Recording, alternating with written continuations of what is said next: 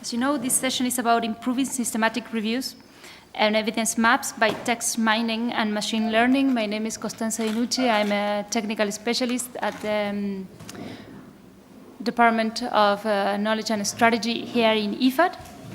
I have the pleasure of introducing you to Edoardo Masset. You all have met him in the previous session, but still let me add a little bit more about him, although you have it in the booklet.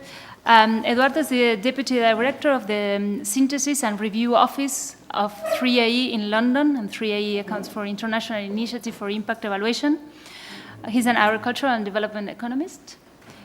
Before joining 3AE, he was a research fellow at the Institute of Development Studies, IDS, at Sussex University. He also worked at the Independent Evaluation Group at the World Bank. He's been working for several years, managing and conducting impact evaluations, experimental and quasi-experimental, on different topics, on complex development projects, and also has conducted several systematic reviews. This entire session is basically about how ICTs can help and support the work of researchers on evaluations while conducting systematic reviews. And as you know, the systematic reviews require a lot of time reviewing and just papers or abstracts. And it takes more than 100 or thousands of papers that need to be reviewed, taking several months. So the question that we are trying to ask, and actually Edoardo will help us to answer, is how technologies can help us there to reduce that time that it's required. With technologies such as text mining and machine learning, and we can speed up this process.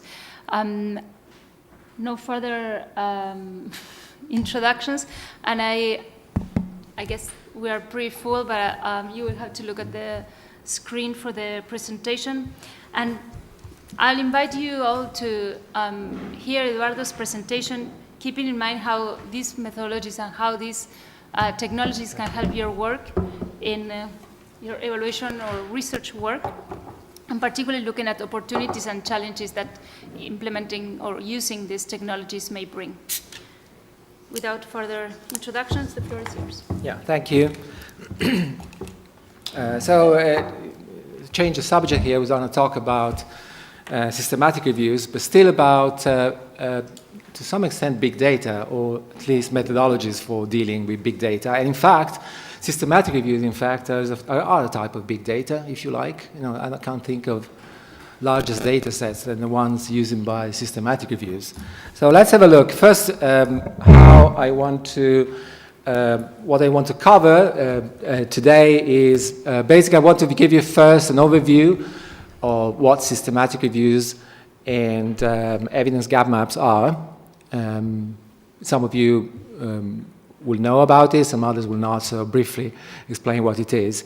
And then I will move to show what kind of methodologies can be used of the big data type, if you like, to make systematic reviews more efficient. And I will make some examples from 3AE and talk a bit about what are the possible futures development of systematic reviews looking forward. So briefly, what is evidence synthesis? A simple way of defining systematic collection of evidence and systematizing this evidence, providing summaries. So you look at all the evidence out there on a specific topic, and you find a way of summarizing in a quantitative way or in a qualitative way. And tools available are many, but we want to focus today on systematic reviews and evidence and gap maps. So why do we need them? First of all, this is a chart that was designed by 3AE. These are impact evaluations in international development that have been published and produced over the last 25 years. And as you can see, there was nothing, or nearly nothing until the 90s. Then there was a sort of steady increase until 2000, 2005. And then I think you can define this growth as exponential. So these evaluations are what we call experiments or quasi-experiments. So randomized controlled trials or other types of evaluation that are trying to simulate how a randomized controlled trial works. using some econometric methods. So this is what we, 3IE, define as rigorous impact evaluation. So the growth is basically exponential. And, you know, of course, we don't know what was going to happen in the future. Is it will still be exponential, maybe flattening out, we don't know. But the fact is that we have to deal with an increasing amount of evidence and data available with respect to the impact of intervention that we're looking at in international development. At 3IE, we fund impact evaluations in a number of topics. Let me skip all this part. It's probably not, yes. But why do we need systematic reviews? I think one of the main reasons is, well, first of all, there is a kind of obvious reason. If you want to define a policy, you don't want to do it based on a single study. That has been a mistake. It has been made and still being made by organizations, peoples, or funders. You find a study, microfinance doesn't work in some places, so therefore we're not going to do it anymore. Or the opposite, you know, maybe a nutrition program works well in Bangladesh, so we're going to do it in all the South Asia. That's not the way we probably should do policy. Or as a general rule, 2 studies are better than 1, 3 are better than 2, and so forth. So the more we have evidence, the more we can make informed decisions about what works. On the other hand, we are facing this problem. Evidence is, sorry, no, that's not well. The evidence is increasing exponentially, right? So we have so much evidence, what we're going to do with it. And so we need to find ways of summarizing this evidence in a meaningful way. And this is what systematic reviews are doing, basically. And so they're sort of a filter of all the big data evidence out there, and they're designed to screen the evidence in order to provide meaningful messages about policy making. These are typical results of systematic reviews. This is a meta-analysis, but you know, the goal of systematic review is coming up with a message, like, for example, things that we know, conditional cash transfer program increased school attendance. You know, it might be in some cases the impact is not strong, or maybe in some particular countries not true, but in general they do. And we have plenty of evidence about it. Or school feeding is improving nutritional status of children. Yes, it does. These are the kind of statement that we can provide based on systematic reviews. So it's about generalizing the evidence. Another thing that we do, which is similar to systematic reviews, but is, you know, it takes a step back if you want, is evidence and gap maps. So this is something that kind of proud of 3A because we invented it. The gap map is basically a table or a matrix like the table that you see here, and you can find many on the 3IE website as an interactive map. And the table consists on one side, the rows are the interventions types. So, for example, this map was designed for social protection project, and you have the outcomes on the column side. And what the gap map does is to identify the existing evidence by interventions and outcomes. So, for example, the bubbles represent systematic reviews or impact evaluations in that particular topic. And different colors depends on different type of studies. The size of the bubble reflects the size of the evidence available. So what is the use of this? To see what is out there, basically. So we know, for example, from this map that there is a lot of evidence on the impact on credit and leasing, on employment and asset land. But at the same time, we can see the big gap here, right? So there's no evidence at all. You see there is blank cells on the top right corner. So basically we know nothing about the impact of conditional cash transfer, unconditional, on a number of outcomes like education, health, and living standards. So the goal of the gap map is much less ambitious than the goal of systematic reviews. It's not about providing policy recommendations, but about finding out what do we know about things, and finding gaps that we may then decide to invest for further research or evaluations. And the reason I'm putting gap maps at the same time as systematic reviews is because basically from a methodological point of view, they are conducted in the same way, though the results can be slightly different. So gap maps are about presenting results, while systematic reviews are about summarizing. Now, steps in systematic reviews. Systematic reviews and gap maps go through a number of steps. First, you define the questions, then you search the study, or make examples, then you screen the study, extract the data, assess the quality of the study, summarize the data, report the conclusions. Well, it's a very time-consuming process in terms of the time required by systematic reviews. It's normal that review will take between 12 months and 24 months, so between 1 and 2 years. And even gap maps may take between 1 and 6 months. On top of that is delays are very common, and reviewers are also becoming very quickly out of date. And this is a chart just to give you an idea how systematic review works. This is a diagram of the selection process for an education effectiveness review that we conducted 3IE. The way it works, for example, so you identify a theme or a project that you want to investigate, like, for example, intervention in education, and you use a number of databases, like even Google can be one of them, and you search using words or combination of words, papers that are mentioning or they're being written with respect to a particular subject. And of course, if you do that on Google, you end up with thousands and thousands of results. And for example, in this case of the education review, we started with 80,000 records. And we ended up, and then the process starts for the systematic reviews of screening what titles are actually relevant and which ones are not. And then there is a further selection and analysis, and in the end, we ended up with 420 studies, right? So think the process from 80,000 to 420. Now, this was a particularly big systematic review, but normally 10,000 hits at the beginning is normal. And there have been reviews with up to 1 million records to start with.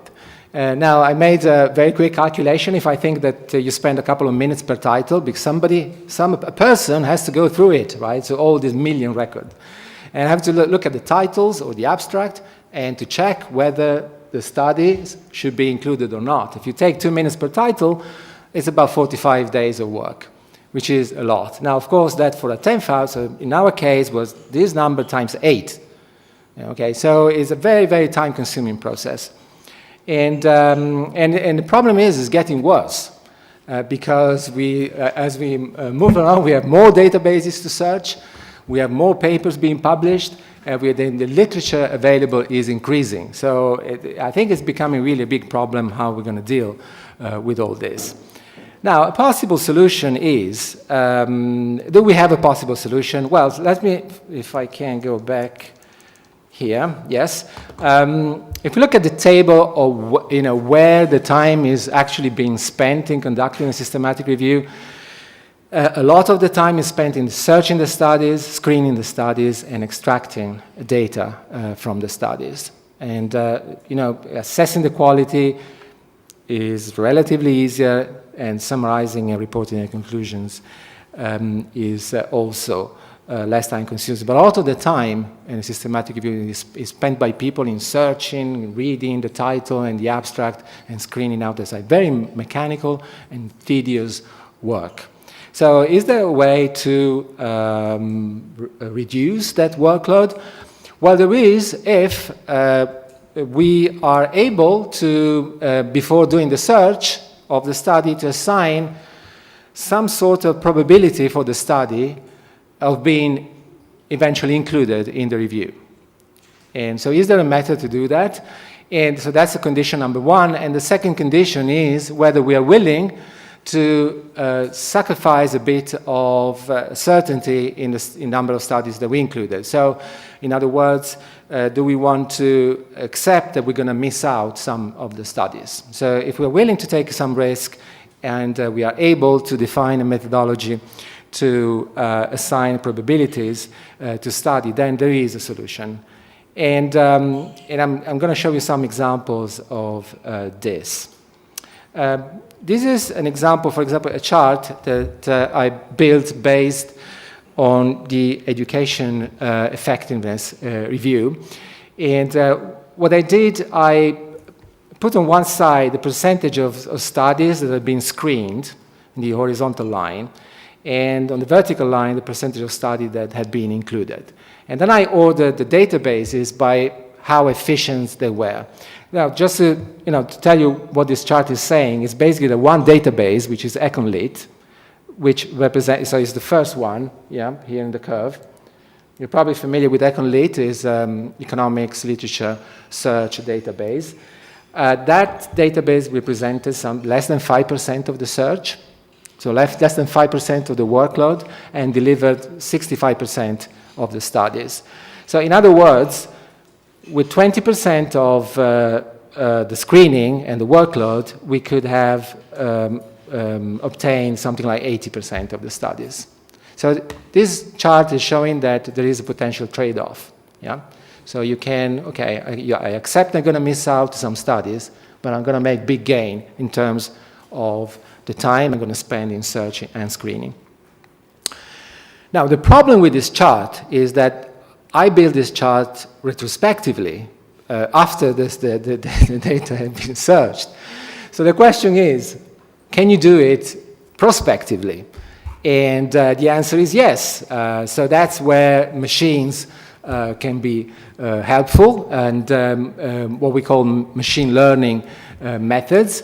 And so one way of doing it is, rather than screening the 80,000 studies, you screen only maybe 1,000, and then you put the results of the screening into a machine, a computer, and an algorithm will predict the probability for the studies that you have not yet screened, right?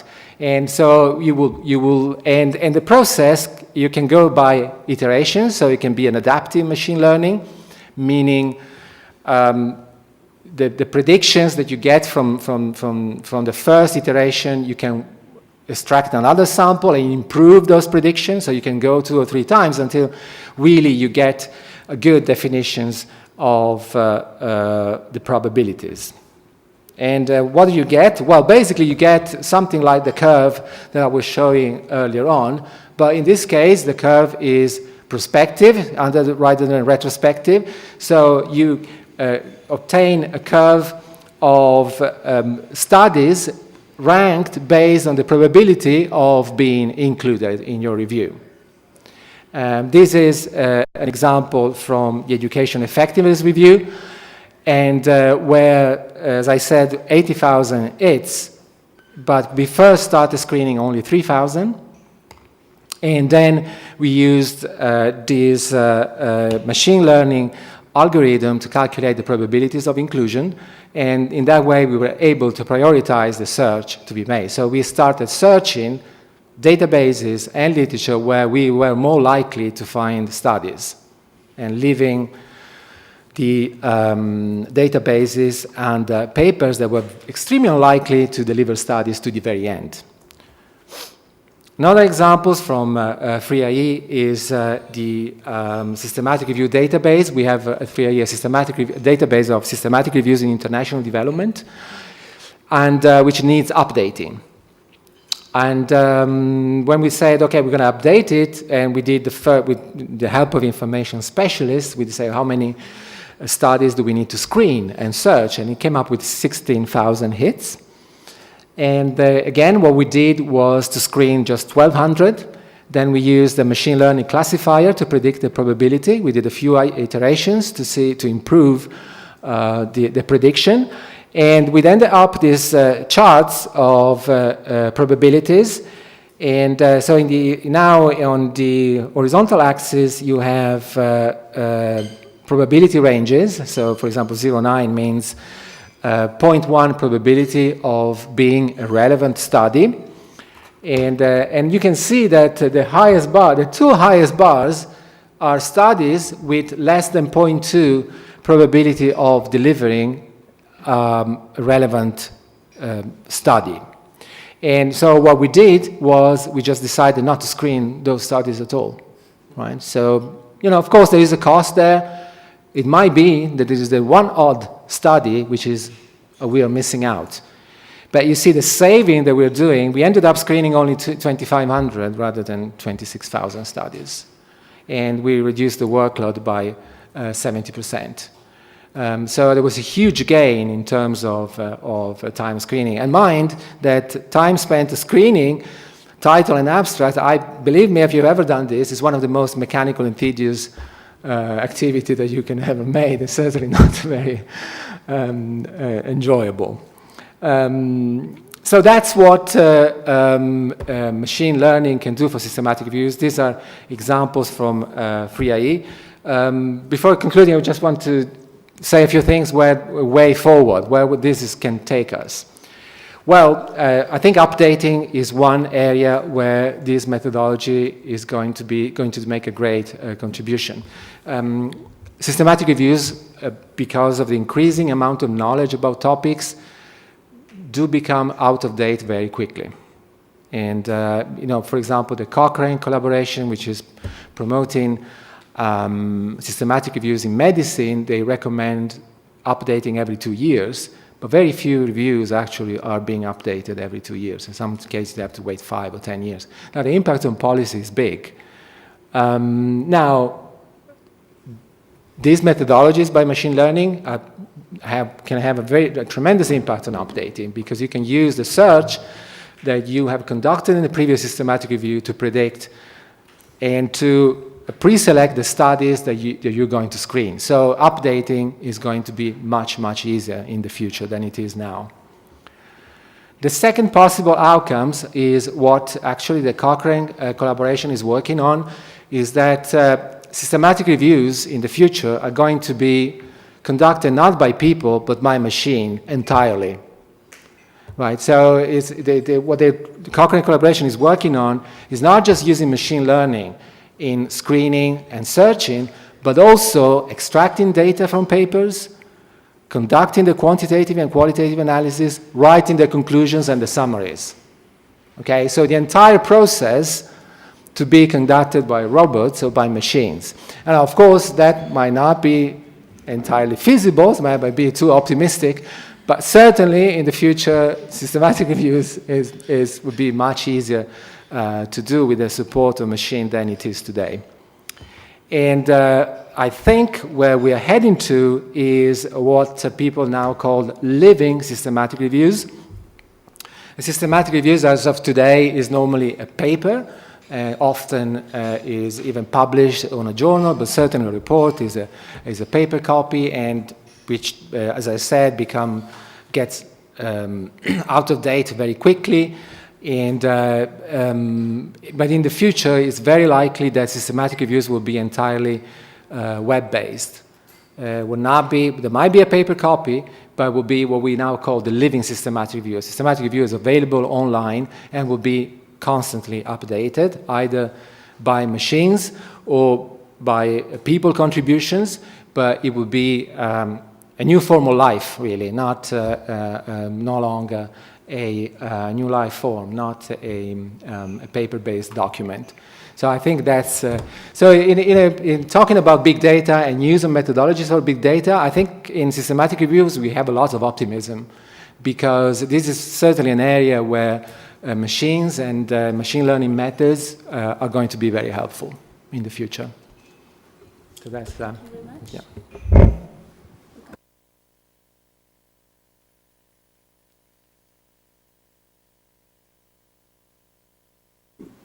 I have several questions, but I would like to hear from you. If you have questions for Edoardo or reflections about it, I'll ask you to also please introduce yourself. Federica from FAO Office of Evaluation. Just a couple of very specific questions. I was wondering, how do you decide, very simple question, but how do you decide like the percentage of the sample, let's say, to screen on the hits? On what base do you base your sample somehow? And I'd like to know, what are the software available to do this machine learning? And have you worked on the indicators or on the elements that these software actually capture to do the classifying? I don't know if this question is clear. If you somehow have worked on this algorithm to decide what are the elements that this screening is taking. Yeah, thank you. Comments? Yes. Yeah, take it there. I'm Emmanuel from Switzerland, president of the Swiss Evaluation Society. In order to understand if I understood what you well, I have a question. You took the topic was efficiency of education.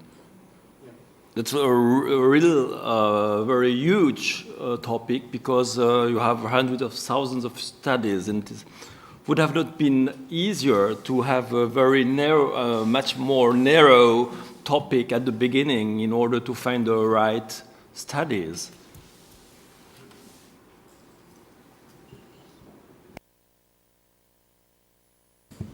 Hi, I'm Cheryl Gray, the head of evaluation at the Inter-American Development Bank, and I was at the World Bank for years, working with Manny for the last 30 years, actually, so know 3IU well. But I thank you for this, and actually I hadn't really thought about your message on kind of living systematic reviews and going. It's very interesting, and you're right, optimistic. I guess my question really is, I know the people who are doing these, like Howard White and his whole group, and you all, are really very careful about the quality of the studies that you include. I mean, there's all kinds of detailed, important criteria, because studies differ so much in their quality and their robustness. And I guess, you know, how can you really replace human judgment with a computer effectively in making that judgment, any more than you can replace human judgment in impact evaluations themselves? Some comment on that. Yeah, that's a good one. Okay, first of all, Federica, on how big is the sample? In this case, so I'm not a developer of this method, I've been a user. Yes, there is software. The software that we use, for example, at 3IE is the software developed by the Epicenter at the Institute of Education at UCL in London. And it does this prediction, like the ranking, the first chart that I show. In terms of the classifier, this is relatively new work, so I believe the software is not yet available, so it's something that we are testing with colleagues at the Institute of Education. It's, in the way it works is in terms of indicators. You know, so if the question is how it works, is a simple predicting model. It's using what is called the logistic regression. Selected or unselected is the dependent variable. And what the software is doing is going through all the papers and using as explanatory variables words and combinations of words.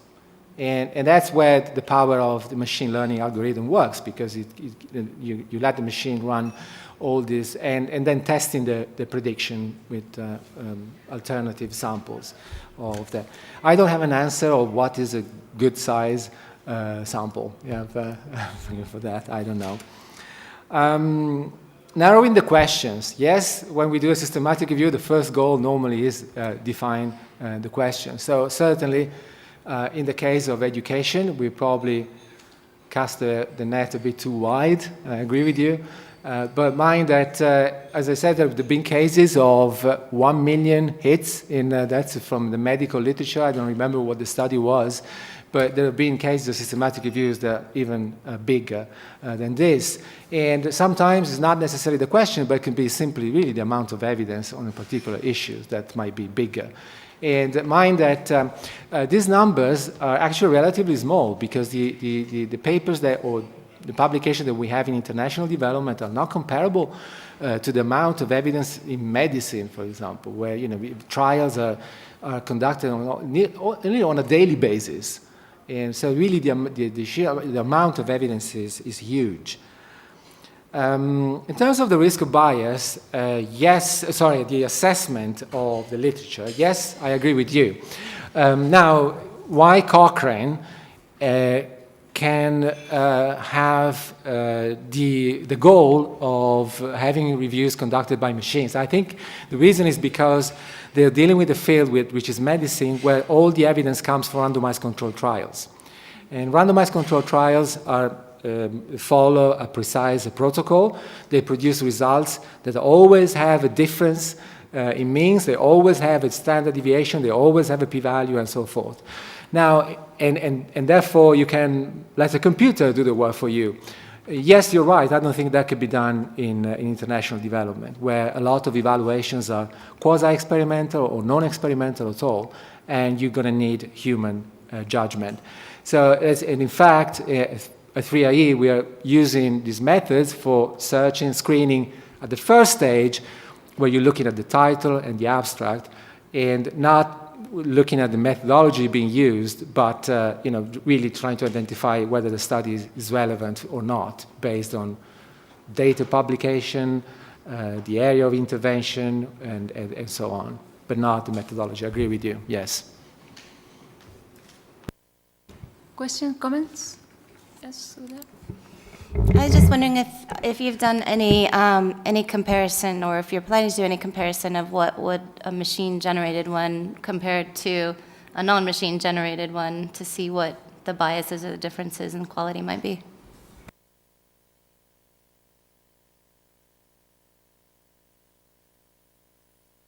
Any other one? No.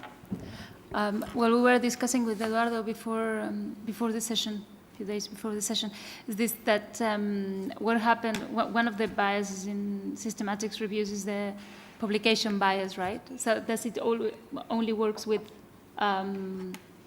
published papers? How does it work with the papers that are not necessarily published or found in different, more kind of gray literature that some systematic reviews also have been included? That we also. I assume the software works with all published studies, right? And within the systematic review, there's this kind of publication bias where it's easier for us to find studies that have been published with positive kind of bias results. So that's if it is addressed and how. Yes, on the question of the comparison, no, I'm not aware of, or there might be, but I'm not aware of a study. I think one thing that we've been doing was to looking at, for example, so let's take a systematic review that was being completed, like the education review.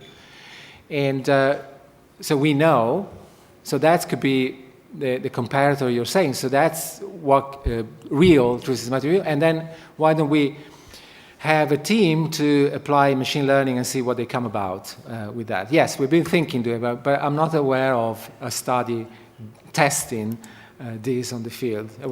It's certainly a very interesting idea, but I'm not aware of a test like this. And in terms of publication bias,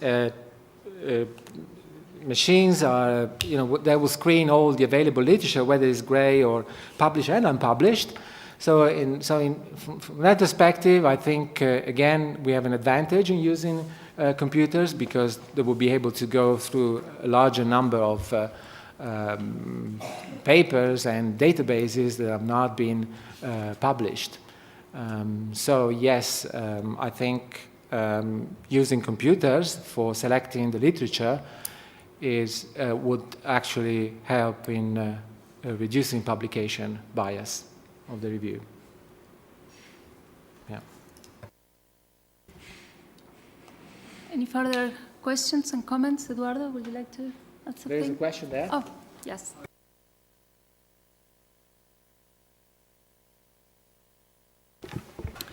Yes, one of the general messages from the conference so far is that ICT complements the traditional evaluation processes and rather than replaces them. I was wondering, because one of the messages coming out of your presentation was the cost savings. So in terms of it being complementary, does it not rather support the traditional literature review processes that you would normally undertake, i.e. complement the sort of subjectivity of a typical literature review with something more objective, which is this machine learning capability you have? And I was wondering if you could give a practical example of that, if possible. Thank you.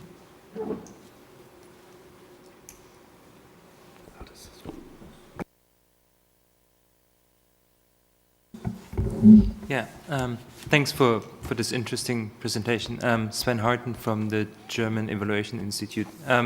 So first of all, I really hope that the algorithm will become available sometime soon, because as somebody who once tried to do a systematic review, and it's a really tough process. So if you can skip some of that, it would be brilliant. However, I was wondering, so Campbell, for instance, they're working towards also integrating qualitative studies and doing systematic reviews on sort of non-experimental evidence. I was wondering whether you thought about how this could be applied to those kind of studies. Thanks.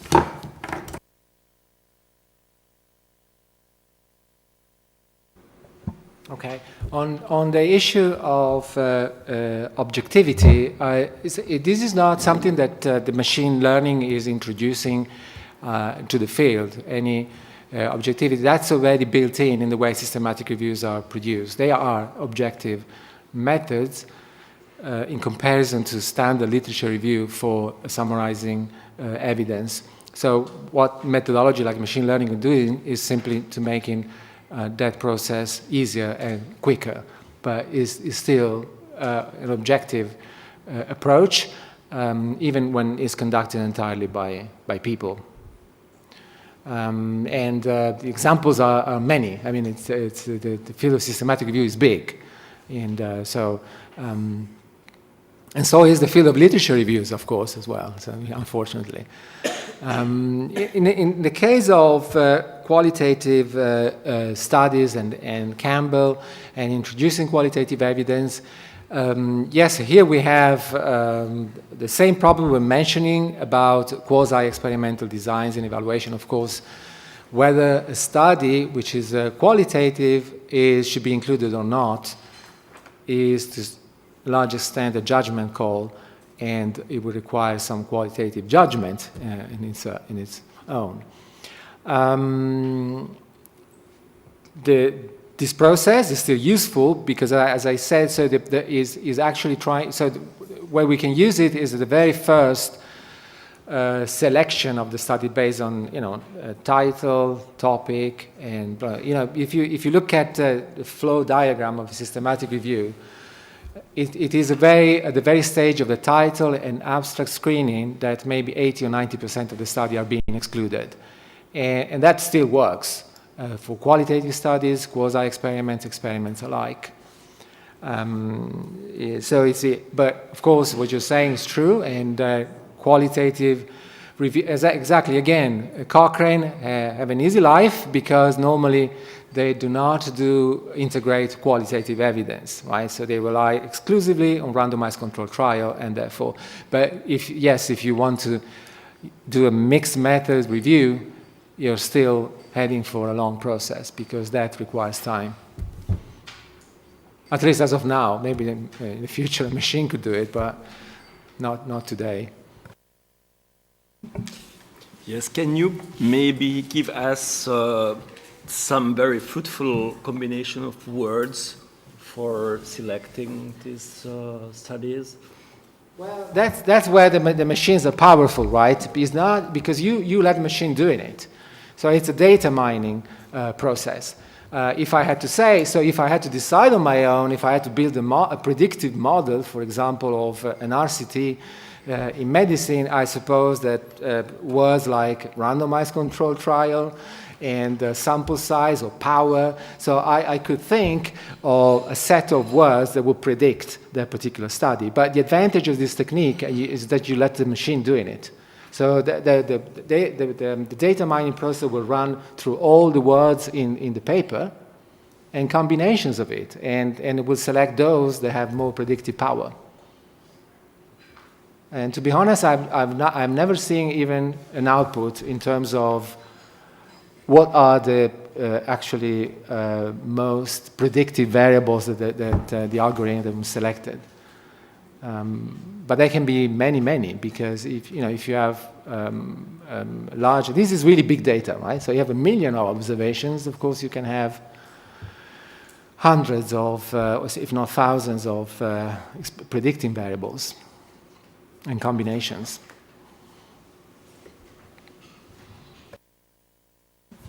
Maybe, sorry, just one last more technical question just occurred to me. So how does it actually work? I mean, do those computers have access to the full text, and so they need a subscription to all the different publishers? So because you can't get, or no, sorry. So how do they don't need to download the text? How does it work? Yes, you need to download the text. You need to download the text first. Yes. Okay. I guess a computer could do that, but I don't know how. But it certainly is one of That's the. what you need to it's do one first. of the Okay. activities that I would certainly like to delegate a computer to do it. I think we're still doing manually, but certainly, well, it's definitely that's. But yes, you need to download the papers. Yes. It's like PDF or Word or whatever format, but yes.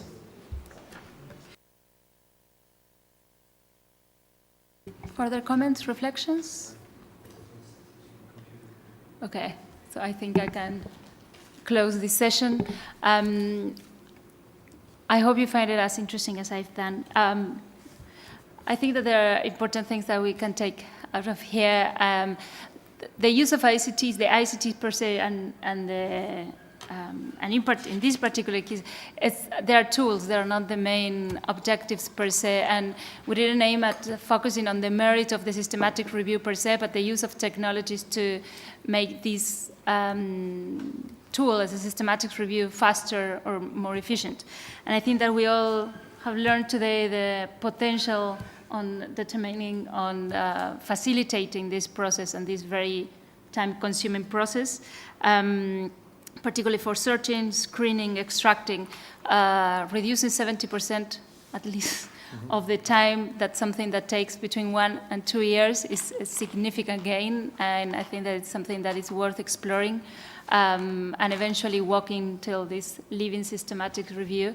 However, I think it's been mentioned today, it cannot, or at least where we are today, cannot fully replace the work of each of you, each of us, in conducting systematics reviews or doing gap analysis.